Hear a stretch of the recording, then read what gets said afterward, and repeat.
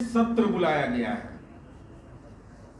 हिंदू विरोधी सरकार दिल्ली की नरेंद्र मोदी गणेश चतुर्थी का दिन समय कहां है टीकधारी, कहां है टिक्काधारी, कहां है चंदनधारी लोग। जब गणेश जी की पूजा प्रारंभ होती है, हिंदुओं की महान परंपरा है वह गणेश चतुर्थी, और संसद का विशेष सत्र बुलाया। कौन है हिंदू विरोधी? कौन है हिंदू विरोधी? हिंदू पंचांग से अपराध की व्याख्या ही करते हैं।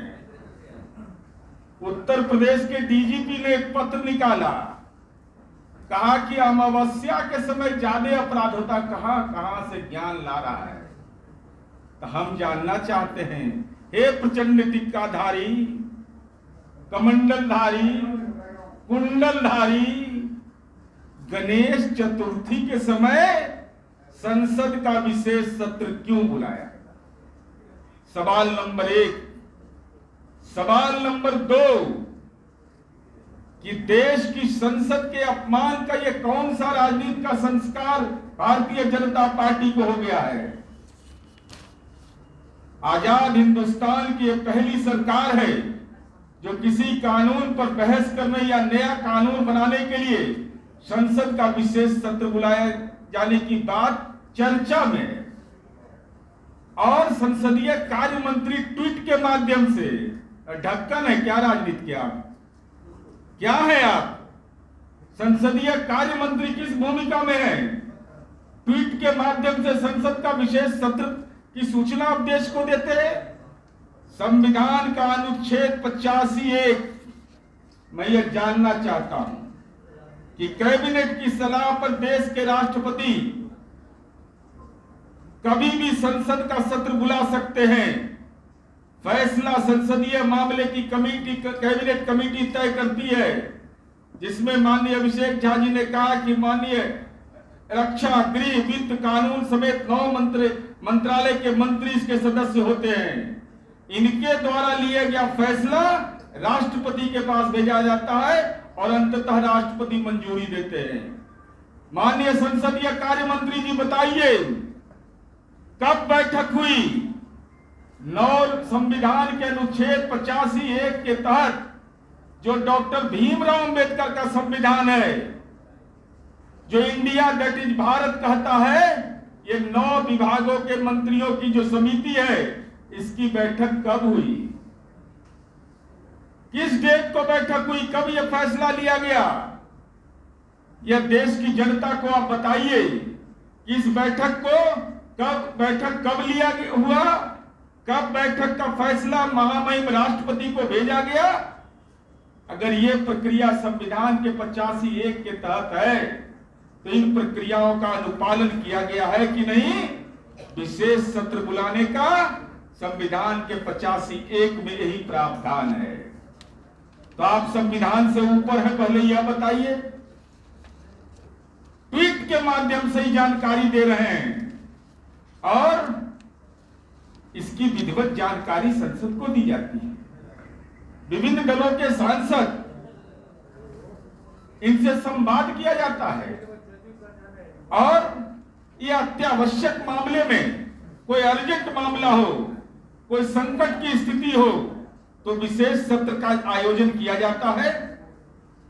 तो आप बताइएगा ना, मणिपुर में जहां बेटी की अस्मत को सरेआम लूट लिया, और नरेंद्र मोदी का हिम्मत आज तक नहीं हुआ मणिपुर जाने का, आजाद हिंदुस्तान में पहली बार मात्र 48 मिनट संसद चला, विधानसभा चला वहां का, मात्र 48 मिनट। लज्जा नहीं लगा इस देश के प्रधानमंत्री को कि 48 मिनट का विधानसभा का सत्र, और भाजपा के विधायक ने कहा हम भाग नहीं ले सकते। कुछ एक विधायकों ने, हमारे जान को खतरा है। हम यह जानना चाहते हैं कि आखिर कारण क्या है? आप संसदीय परंपरा का अपमान कैसे कर रहे हैं? बिना कब आपने बैठक किया और संसद का विशेष सत्र हुआ है? 1935 के बाद 2017 में हुआ, जब जीएसटी का कानून को विशेष के लिए संसद का विशेष सत्र बुलाया गया था। वो 1 घंटा 10 मिनट चला था। महामहिम राष्ट्रपति और माननीय प्रधानमंत्री जी ने संयुक्त रूप से एड्रेस किया था। इस सत्र में पूर्व प्रधानमंत्री माननीय मनमोहन सिंह जी, आई.के. गुजराल साहब देश के पूर्व प्रधानमंत्री, उनको भी बिठाया गया था। तो हम यह जानना चाहते हैं कि 18 से 22 सितंबर 2023 को संसद का जो लोकसभा और राज्यसभा है, दोनों जगह किन विषयों पर आप चर्चा कर रहे हैं, इसको बताइए।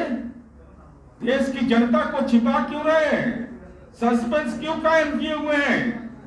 इसका मतलब साफ है कि आप पारदर्शी तरीके से मुंह से तो पड़ाका छोड़ते हैं कि हम पारदर्शी शासन व्यवस्था हम करते हैं, लेकिन आपने तो संसद की गरिमा को तार तार कर दिया। संविधान के अनुच्छेद 85(1) को ही आपने तार तार कर दिया। जो प्रावधान था उसका भी आपने अनुपालन नहीं किया।